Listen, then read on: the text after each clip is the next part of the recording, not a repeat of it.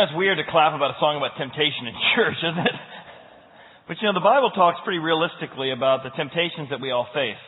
In our series, Sleuth, we've been looking at how to study the Bible to come up with real, applicable, helpful advice on how to help ourselves with situations. Today we speak about temptation. Today we're looking at the case of the tempting trade, and we find ourselves in an area in modern Turkey known as Thyatira, where Jesus wrote a personal note to a group of people living there to help them deal with temptation.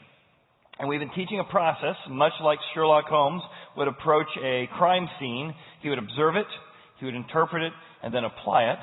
We said the same thing's true of the Bible. We find ourselves today in Revelation chapter 2, verses 18 to 19, reading a personal letter that was found between Jesus and this church. It says this: "To the angel of the church of Thyatira write, these things say the Son of God."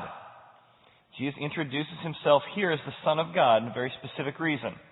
"The Son of God who has eyes like the flame of fire and his feet like fine brass. Hey, I know your works. You're doing some great things. I know your love. You're loving well. I know your service, your faith, and your patience. And as for your works, the last are more than the first. Nevertheless, despite the good things going in your life, you've given in to some temptations. I have a few things against you. You have allowed the woman Jezebel, who calls herself a prophetess, to teach and to seduce my servants."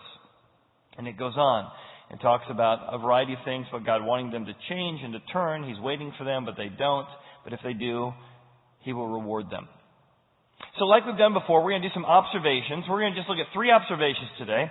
One, why did He choose the term Son of God here in Thyatira? Of all the ways He's introduced Himself to these different churches, why Son of God? Well, if you remember our Clash of the Titans series going back to last January, Apollo is worshipped in Thyatira. Now Apollo, if you look at our Olympians here, up top is Zeus. Zeus in the Greek god complex is known as the Father, mostly because he's a deadbeat dad and he slept around with everybody, but he was known as the Father. And of the many children he had, one was Apollo, one of the Olympians. So Apollo, who's worshipped here in Thyatira, was known as the Son of God, because he was a son of Zeus, the god. Well, because of that, if you came to those in Thyatira and asked who is God, who's the Son of God, they'd immediately say Apollo is. And Jesus shows up and says, no, Apollo's not the Son of God, I am the Son of God.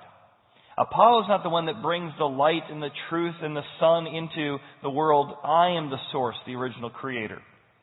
Now what's interesting about Apollo is that if you see photographs or sculptures of Apollo, he's almost always bringing the sun in because he was known as the god of truth, the god of light. Depending on which myth you read about Zeus and Apollo, he either is coming on a chariot across the skies carrying the sun with horses, or in many myths, he actually is coming riding a swan. For whatever reason. That's the Greek myth. So in a culture that's obsessed with Apollo as the Son of God and the source of truth, Jesus says, no, I am the source of truth. I am the real Son of God. Now for many people, they think that the Christians just copied off of the Greeks. If you remember in our series Clash of the Titans, which you can get copies of CDs out there, we addressed the fact that Jesus came to fulfill Jewish predictions made hundreds of years before the Greeks. And the Greeks had copied off of the Jews. And when Jesus came to fulfill the Jewish prophecies, He was able to say, I am not the copy that the Greeks are. So you can dig into that if you want. So the first thing we discover here is that they're living in a culture that is worshiping other gods, that has found other sources of truth and other sources of worship. And Jesus said, no, I am the truth. I am the flame of fire that can burn away lies in your life. The second thing He mentions that His feet, Jesus says, my feet are like fine brass. Now, why does He mention this? Well, Thyatira was the Cleveland of its day. I'm not sure if that's offensive to Cleveland or to Thyatira. But it was a union town. So if you worked in Thyatira, you were part of a guild. And so part of your work was that you had to join a guild. And so there were brass workers guilds. And here in Thyatira, they made a lot of brass. That was one of the main things that they made there. And part of being in a guild was that you did what your company did. If your company was worshiping Apollo, you did. And you would not make different decisions than your company. You could lose your job. Often the guilds would take you to the ancient equivalent of a strip club, going to different worship services with Apollo or the Greek gods. And if you decide you were going to participate in that, you could lose your job and lose your livelihood. So the guilds there in Thyatira used ancient fires or furnaces. Here's a picture of a furnace that would be used in the area of Turkey during that time frame, and they would be refining brass, making brass. Now, brass and bronze are similar. One is copper plus zinc, and the other is copper plus tin. And Jesus mentions brass for a reason, because the compromises that they make here in Thyatira are very similar to the compromises made in their ancient history by King Solomon, which we'll get to that in just a moment. But if you were living in Thyatira and you wanted to make some decisions about how you were going to, for example, live a different kind of morality in the midst of a culture that was doing it a different way, it had severe consequences to your job. There's not much of ancient Thyatira left. These are some photographs I took when I was there last year. It's just a handful, almost like a park full of rubble. In the same way that this great civilization is nothing more than rubble today, if you decided to live a type of morality or faith or leadership of servanthood or caring for the poor or being generous with your money, that would be foreign to the Romans. If you decided to be sacred with your sexuality and save it for marriage, that would be foreign to the Romans. Your job would be in shambles. Nobody thought that way. That was such a unique and different way of thinking about life, that your whole job was in the line. Now, let's go back to this brass again.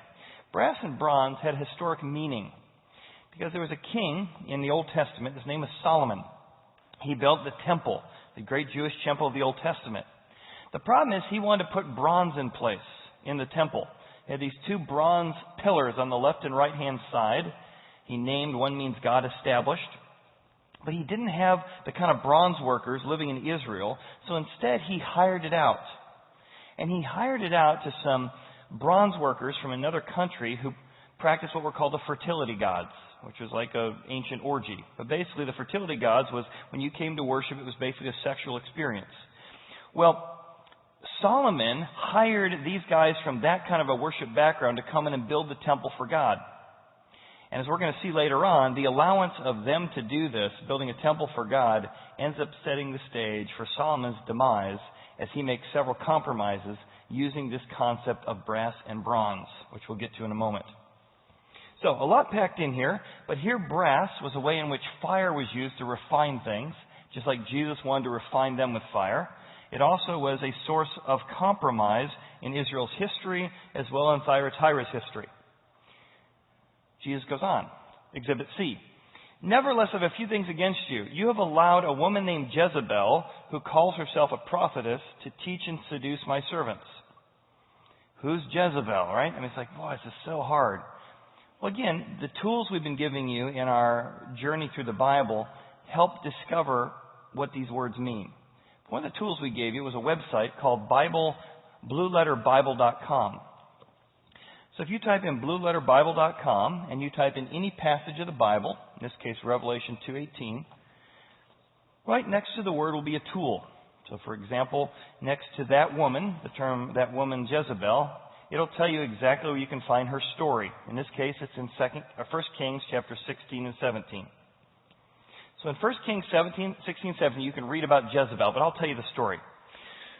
So Ahab is the king of the nation, and he decides he'd like to marry somebody who's not necessarily got the same value system as the same God. He's heard about the gods from the other nations, specifically a woman named Jezebel. Now, she worships the fertility gods, the gods of Baal. Now, Baal would require you to throw your children into the fire when they were, 1, 2, or 3. You didn't throw them all in the fire, but you threw a lot of them in the fire. So pretty detestable practice. Baal worship also involved coming to the sanctuary or to the worship service, and it was an ancient orgy because part of worship was engaging with the fertility gods in worship. Well, he liked the sensuality of that, and so he, the king of Israel, marries Jezebel, and she brings into Israel all of these new practices that aren't about faithfulness, they aren't about purity, they're more about just anything goes. Well, Jesus is saying that the same thing that was happening in Israel's past is now happening in Thyatira. In fact, this is a photograph I took of a statue of Baal. Baal is a bull. You see his two horns on the top. He's got a sword because he was always about destruction. And by allowing Jezebel into his life, Ahab basically lost the kingdom. Jesus is applying this here to Thyatira and saying, you have allowed the same kind of Jezebel influence to come into your life, and these compromises are also going to lead to some pain. You thought, I'm never going to get in trouble, I'm not going to go that far, it's not a big deal. But ultimately, that's exactly what Ahab said. That's exactly what Solomon said. So all of this is embedded in this text. Now, first thing we do is we observe. And we talked about using study Bibles and using that book, How to Study Your Bible and Really Enjoy It, how to use these books to make observations. Then we move to interpretation. All right, that's a lot of stuff doesn't apply today. So we said, what does it mean to move from their town, a town that celebrated Apollo worship and had guilds and had Baal worship? What does it mean to find a principle that applied in their town but also applies in our town? What's the universal principle? So I'll just show you how I got the principle that we're going to use to discuss today about temptation. So as I look at the text, let's pull the text back up. Thyatira, I know your works, your love, your service, your faith. Nevertheless, I have these few things against you. You allow a woman named Jezebel, who calls herself a prophetess, to teach and seduce my servants to commit sexual immorality and to eat food sacrificed to idols. I gave her time to repent of her sexual immorality, and she did not. So I would say the principle that would apply to them, that would also apply to us today, would be this. You compromised and you led other people into your compromises. I gave you time to change, but you refused. And we're going to use that as the principle as we move from interpretation to application. Now, before we do that, as I walk with people in their journey to faith, one of the biggest obstacles I hear people say all the time is Christians are such hypocrites.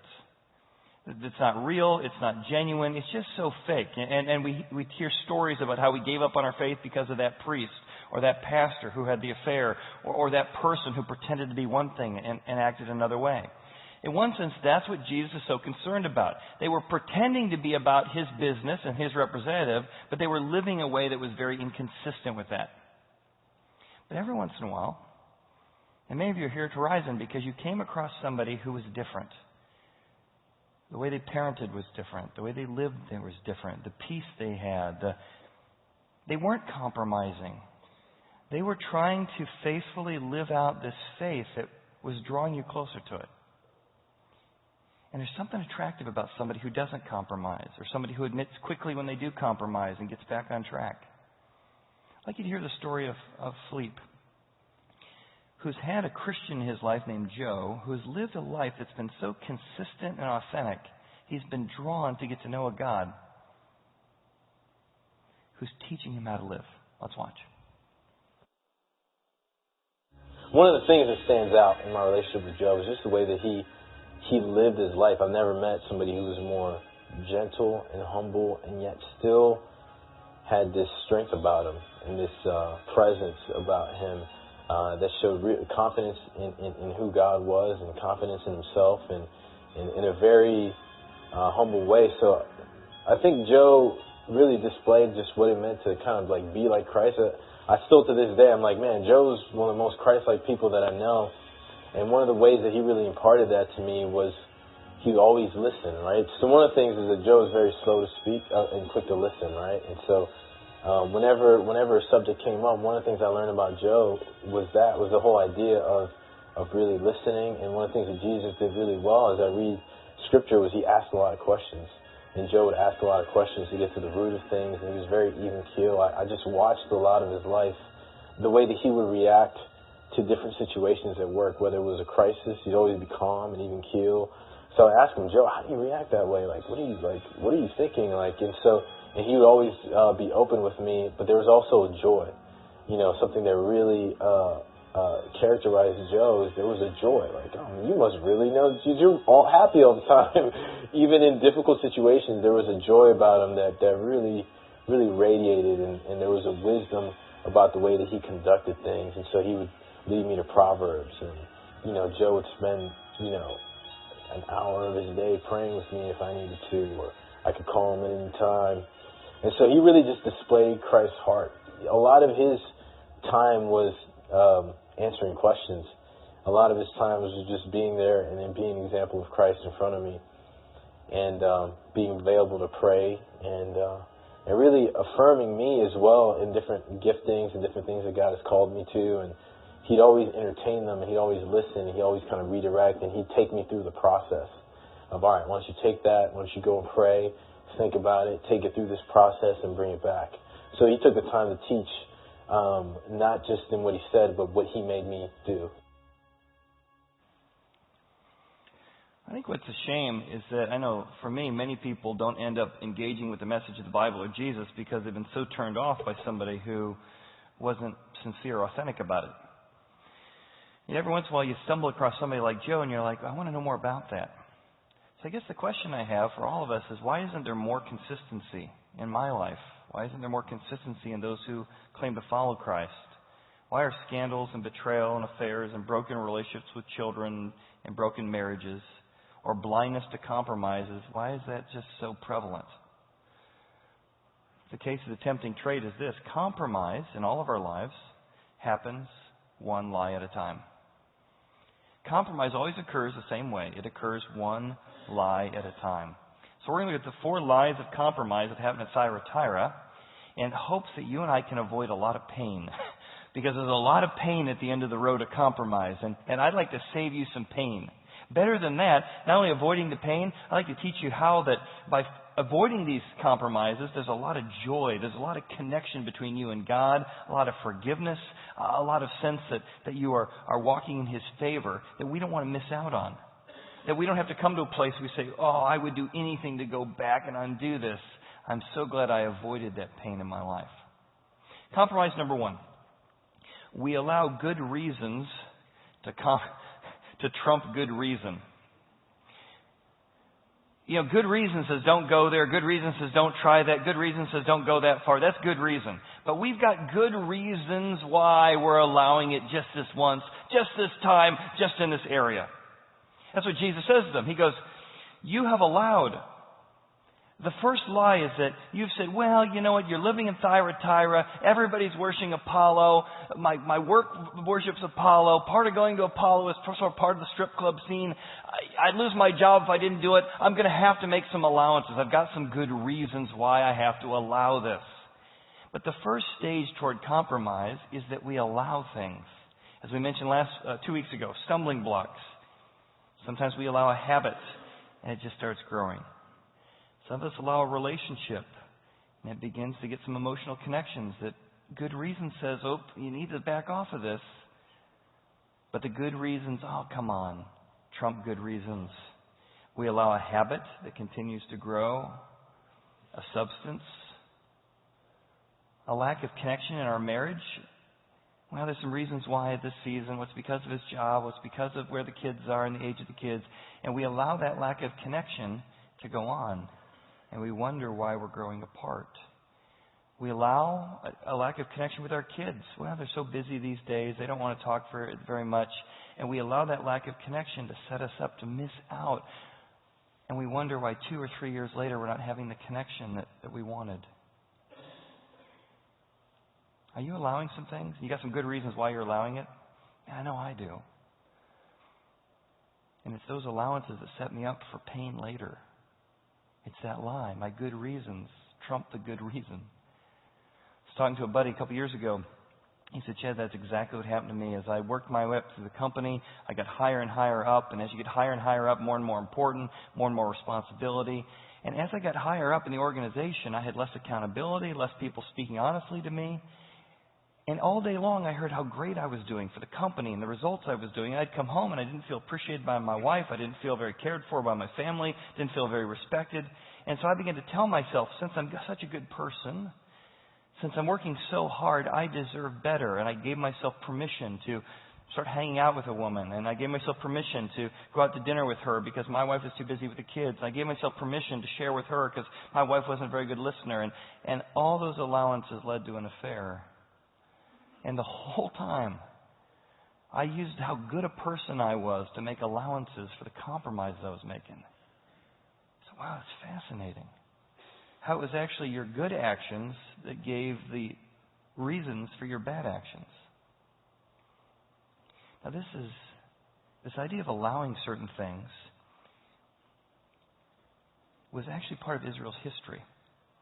Because again, he mentions brass here, and brass and bronze had a very significant historical background in Israel. As I mentioned before, King Solomon had built the temple for God out of bronze. But he didn't have the bronze workers that he needed to have the quality of the bronze work.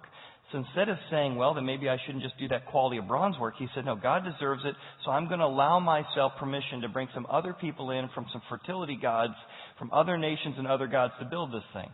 So here's what happens if you read in the book of 1 Kings. And look at the 3 stages, how he allows, what happens next, and where he ends up. It begins that King Solomon sent and brought Huram, a bronze worker from a different nation, different god, and he was filled with wisdom and understanding and skill. He was good at it. He was a great bronze worker. He was good at working with all kinds of bronze work, so he came to King Solomon and did all his work. However, he brought with him these fertility gods that had a view of sexuality and intimacy that said, sort of share yourself with anybody and everybody. Well, at the end of them building these bronze connections or pillars for the temple, it's time for Solomon to pay them. So instead of just paying them gold and saying, hey, go back to your own country, he instead, look what he does. King Solomon gave Huram 20 cities in the land of Galilee. Jesus hang out in the land of Galilee. So he now, all these guild workers during his time, who had a different practice of generosity, a different practice of God, a different practice of sexuality, are now living in Galilee. And they brought with them all these compromises, all these different views. But now they're living in Solomon's land. And just 2 chapters later, we find out that King Solomon loved many foreign women, as well as the daughter of Pharaoh. He's now become a polygamist. From the nations of whom the Lord had said to the children of Israel, hey, be careful that you get involved with them, or they'll turn your hearts away from God. You see what happened? He said, well, I need good bronze workers, so he allowed some things. And then he says, well, as long as you worked here, I might as well let you live here with us. So he allows those compromises to begin to dwell with him. And next thing you know, he finds himself having a totally different view of what's right and wrong. Isn't that what happens in all of our life? We make an allowance. We're then allowed to live with us. Then we find ourselves doing things we said we would never do. That's lie number 1. And I think that's why Jesus shows up in this lie and says, you need somebody to speak truth into your life, to come against that lie. Apollo is not the Son of God who's going to help you. Or Jesus said, Apollo claimed to be the source of truth. Jesus says, no, I am the way, the truth, and the life. And if you will invite me into your life, wherever you are, whatever compromises you're making, I will be the truth. But my truth will set you free. Which I think is why he says here, these things says the Son of God. Apollo's not the Son of God that's going to bring freedom. Look at your life. Look at your relationships. You're not freer. I am the Son of God. And the flame I have is going to burn away the lies in your life to bring real freedom. My way brings freedom into your life. So that's lie number 1. The second lie he goes on to say is that the second lie to compromise is that we choose fantasy over reality. He says, you have allowed Jezebel, and notice she pretends to be something she's not. Jezebel calls herself a prophetess. I mean, the reason I give in to temptation is I've never had temptation come to me and say, I am about to destroy your life. I'd be like, well, I'm getting away from that. Temptation always comes and says, try it. You'll like it. Just once. It won't hurt anybody. I think that's the second lie that we give into, is that we choose fantasy. She's a prophetess. Over reality, she's an adulteress. Yeah, it's interesting. This book, Triangles, by Lana Saheli, she begins to do research on what leads to an affair. And she said almost always in leading to an affair is what happens is you get into a relationship and you begin to compare the fantasy of your affair. Oh my goodness, we never fight. Oh my goodness, we have to talk about money or kids. We just have so much fun and chemistry together. So you compare the fantasy of an affair with the reality of a real relationship. Well, reality can never live up to fantasy. And yet she says the reality is that many people tell themselves, oh, we're going to fall in love and we're going to be connected. Things are going to be great. And the divorce rate amongst people and their mistress or mistresses is a 90% divorce rate. So the reality is there's no way it's going to work out. It's impossible. You're not even dealing with reality. And yet the whole time you begin to say, well, I choose the fantasy over the reality as we go through this. I remember having a conversation a couple years ago. A guy sat down with me. He said, Chad, can I ask your advice? I said, well, sure, or at least I can listen. He said, I really feel like God is leading me to start a relationship with someone. I said, oh, tell me about that. He said, well, I'm married now. It's a bad intro, by the way. He said, but things in our marriage aren't going well, and I know God would want me to be happy, and she's not happy either. And I met one of her friends, and we're really hitting it off. And I just feel like this is the person God has for me. And as we're starting this relationship, this friend is really having some problems. Like, she likes me, we have good chemistry, but she's just wondering if I'm trustworthy. But again, totally blind to it, right? Because this is what happens when you're in it. You're blind to that because you're so in love with the fantasy. And he says, do you have any advice? I said, well, do you want me just to listen or do you want advice? Because I like advice. I said, we don't know each other real well. You sure you want advice? He said, I really want advice. I said, you need to go and break this off immediately. This is not God's plan for you. This is not God's desire for you. And of course you're going to have issues. You're building a whole relationship on deception, not on trust and faithfulness. And to his credit, he went and actually apologized and broke it off and came back and made those decisions. And he was able to confront the lie, which is I'm choosing fantasy over reality. It's hard to do, not just in this area, but in all areas. We like to believe the lies. The third lie is we believe intentions determine destinations. Notice it says that you've allowed this woman who claims to be a prophetess, she says, oh, I'm from God, but she's actually a Jezebel. You've allowed her to teach you and to seduce you. Instead of saying to temptation, whoa, that's wrong, I'm not going there. You've allowed her to teach and seduce you. Now, here's why I say the lie is intentions determine destinations. You've seen this in your kids. You've seen this in your friends. It goes like this. Somebody's walking down a path toward a certain destination. And you can see it. It's a financial problem. They're overspending, and you say, oh, this isn't going to end well. They're walking down a path and beginning to get into a relationship. You're saying, ooh, that looks like it's heading toward an affair. And the whole time you're trying to warn your son, your daughter, your friend about this, here's what they say. Don't worry about it. I wouldn't let that happen. I would never go there. I won't go that far. I don't intend to do that. I don't intend to be bankrupt. I don't intend to break up my marriage. I don't intend to hurt anybody, right? Now they're walking down a path toward destruction, but the whole time they're saying, don't worry, I don't intend to go there, right? And you're like, it doesn't matter if your intentions are irrelevant. That path leads there, right? But this is the lie. We tell ourselves while we're walking toward financial ruin or spiritual ruin or relational ruin that we don't intend to be there, and so that's magically going to work. The word that's used here is very interesting. That Jezebel, it says, you're allowing Jezebel, your temptation, to teach and seduce you.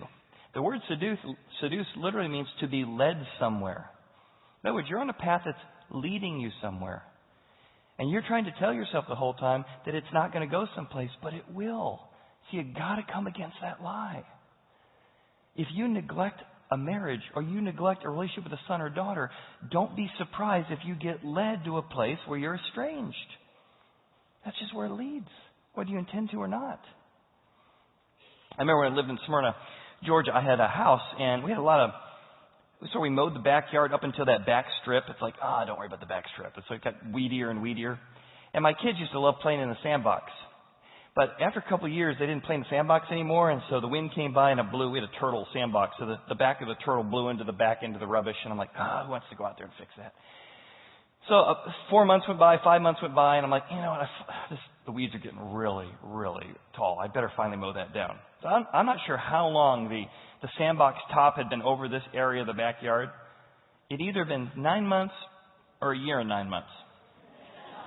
I just know I neglected it for a while.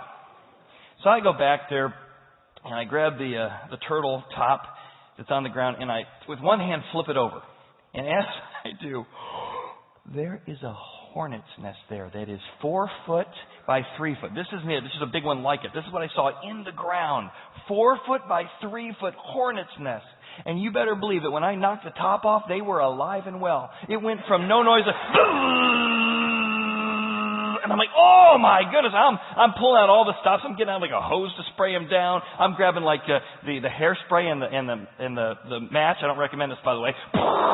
And the reason I don't recommend this is because bees fly and wasps fly in erratic patterns. I mean, I do not recommend this. And all of a sudden, this little area in the back of my life I neglected unleashed this level of destruction and pain that put my whole family at risk, put my whole yard at risk. And that's what happens, is that we don't intend to do that. We just neglected that area. I just sort of drifted my way away from God because I haven't been to church in 20 years. I just sort of drifted away from my marriage because I neglected it for so long. I didn't build into it for so long. I allowed myself not to take my thoughts captive when I was given into temptation. I allowed myself to fantasize a bit and to let those thoughts play out. And all of a sudden we get a beehive of compromise. And the whole time we lied and said, it's not going to hurt anybody, it's just me. And next thing we know, there's bees swarming everybody we care about. But the whole time we said, I'm not going anywhere. Now, listen, at Horizon, you can believe whatever you want. You can do whatever you want. God gives freedom.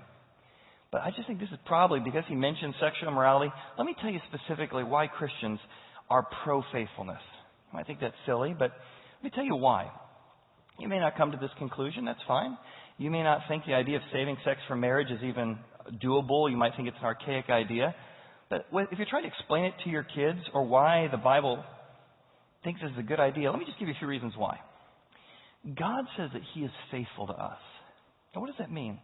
That means he doesn't cheat around on us. He chooses us. More than that, God commits to us. He says, I'm committed to you. The first thing he does is say, I'm committed. And so commitment is the relationship by which God comes to us. And God says, so in our relationships, he wants us to lead with commitment. More than that, God is a God of purity. And so when we pursue purity, it's a way of reflecting who God is. 3, trust. I mean, imagine, whether you decide to do it or not, or imagine the trust in a marriage of a couple who doesn't have to wonder if one person's thinking about having an affair, saying, well, not only is he not sleeping around on me, we didn't have sex until we were married because of trust. He so wanted to protect that, or she so wanted to protect it. It builds such a great foundation of trust that flows into your marriage later on. I'll give you another reason. Sure, there's things about sexually transmitted disease and all the bad stuff. I'm talking about the good stuff. Trustworthiness, power, faithfulness, purity. There's a stickiness factor that God created sexual intimacy to bond two people together. I remember when I was a teenager, I had a guy who was in his 30s, and he was sharing with us in Sunday school class one day why he had chosen to be faithful until marriage and save sex for marriage. And we said, why are you doing that? In fact, he went on a mission trip and came face to face with a prostitute that they were sharing the Bible with. And the prostitute's like, well, you're a virgin? Wow, it's like finding a unicorn. I didn't know there was such a thing. And she says, yeah, you want a freebie? And I remember he told us the story, and he said, no. He said, I want to be faithful to my wife. And she goes, oh, I didn't realize you were married. So even she recognized faithfulness. He says, I'm not married, but I think God has chosen somebody for me. And I do want to be faithful to the person I don't know yet. Now, isn't that beautiful? Even if you don't choose to do that, isn't that a beautiful idea?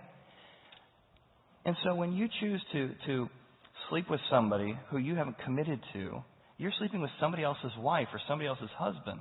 And the reasons Christians save themselves from marriage is because we think that sex is so important, it's so powerful, it's so sacred, that you want to be generous with your body to the one person God's chosen for you. Those are just some of the reasons. Now again, you might say, well, I'm not going to believe that, and that's great for the kids, but not for me. That's fine. But I'm telling you, there's a beauty to it. It's not that Christians are against something, we're for something. And that's what Jesus is saying here. I want you to be as faithful to your spouses as I am faithful to you. That's the beauty of it. I got a chance to do a wedding about a month ago. A friend of mine that I play volleyball with for the last 7 years, his name's Mark. And I've walked with him through a very difficult time, just conversations and lunches as he went through a divorce several years ago, and really did the hard work of going into counseling, figuring out what role he played in causing the divorce and things he needed to work on himself. So he asked me, he's been dating this woman for the last couple of years, and asked me if I would do the wedding. He said, by the way, Chad, I know you're a balloon artist. Would you do a balloon animal wedding? I said, there's no way your wife is going to let me do a balloon. I've never even done, I don't even know what that would look like.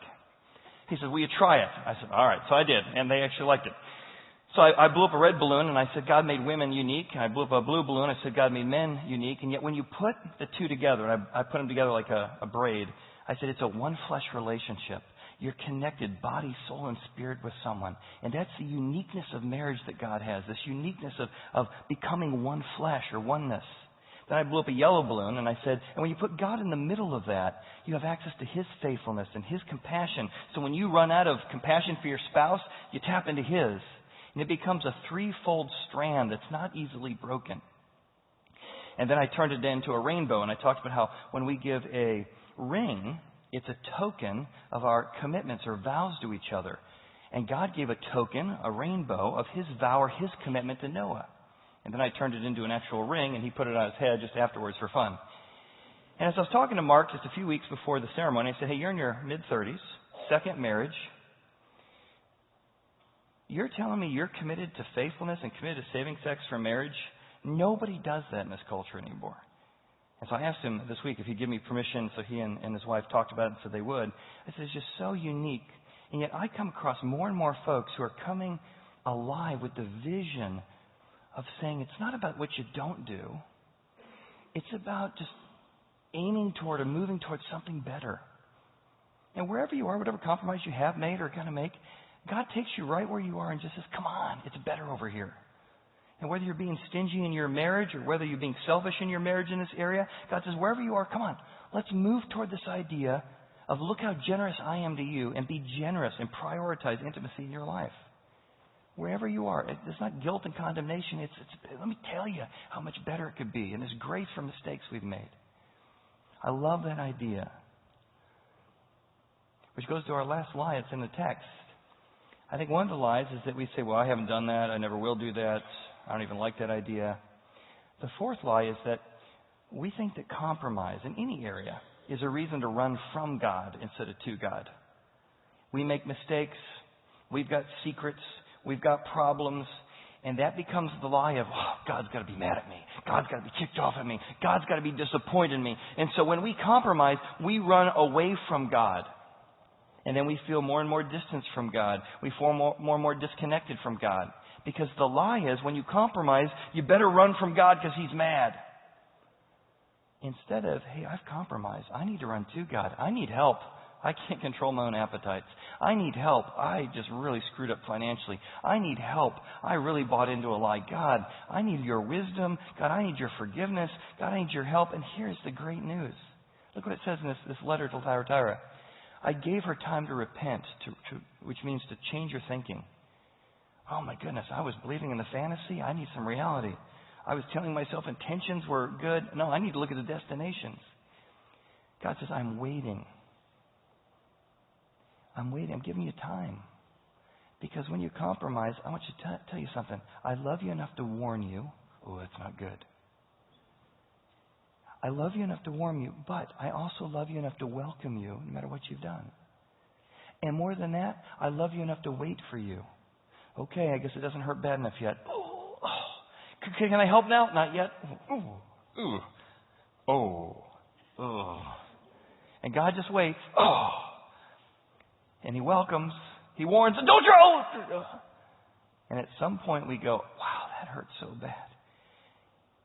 Instead of compromising being a reason to run from God, we go,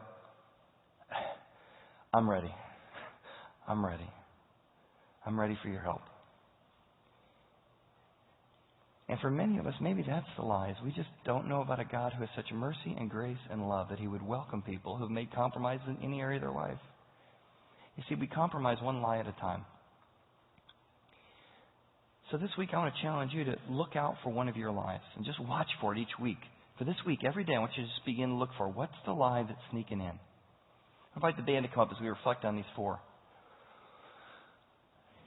As I've been talking, maybe there's an area where you say, wow, a good reason says I shouldn't be doing this or going there or continuing this habit or this relationship or this tendency. That's a good reason. But yet I really have allowed some good reasons to convince me to keep pretending that this really isn't dangerous. And I want to encourage you this week to look out for that lie and to come against it, to let the truth of God begin to burn that away. Or maybe you've chosen fantasy over reality, whether it's a get-rich-quick scheme or I'm going to pray my way out of things I behave my way into. I see that a lot. You're choosing the fantasy over the reality of doing the hard work of dealing with your own junk. Or maybe it's the third one here. You've told yourself, I don't intend to get hurt. I don't intend to hurt anybody else. I don't intend to go that far. And yet you're finding yourself deeper and deeper into that habit, deeper and deeper into that substance, deeper and deeper into that situation. Or maybe the last one is this one. You're like, it's too late for me. I've gone too far. I got too many secrets. If people found out, oh my goodness, what it would do. I cannot go anywhere. There's no safe place. God says, I set the example. The reason the Bible is what it is God says, I came to people and they all rebel and they all compromise and they all screw up. So I came and died on the cross to show my faithfulness to them so that my hands would be open wide to compromisers, open wide to the broken, open wide to those who aren't living the life they're supposed to live. And when you let me come into your life, I can begin to give you the willpower you need, the self-control you need, the love you need, the strength you need. But you need my example to do it. Remember right after Richard Nixon and the whole scandal, they asked President Ford how he was going to handle this kind of thing. How was he going to fix these ethical problems? And I love his quote. Gerald Ford said this. He said, here's how I'm going to deal with it. The code of ethics will be the example I set. My problem is, I can't live up to my own code. That sounds nice. I need somebody who's got a higher code than me who fulfilled it, who can help me out. Jesus is the ultimate one who pardons us out of our scandals. He's the ultimate one who doesn't just do that. He comes and lives in us and says, I am the example of what it means to resist temptation. I am the one who can give you what you need. So during this next song, I love this song because it's a song of reflection. We come in here today and we look pretty. We look like we got our life in line and our families in line and our marriages in line. But underneath that often is some pretense. We're pretending to be better than we are. We're pretending to be more moral than we are. And this next song is a challenge to say, where are you compromising? And maybe today's the day to stop pretending. You just want to say those words from the song. God, I'm tired of pretending.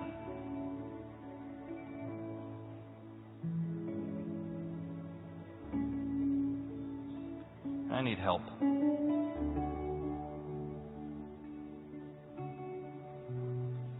I need forgiveness. But God, I need wisdom. Thank you for loving me.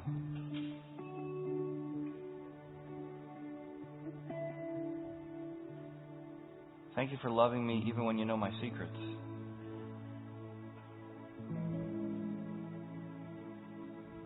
God, lead me to make the next right but tough decision. Ask the fire of your truth to burn away the lies that are leading me down a path I shouldn't go. Deliver me from shame and guilt. I want to run to you in situations like this.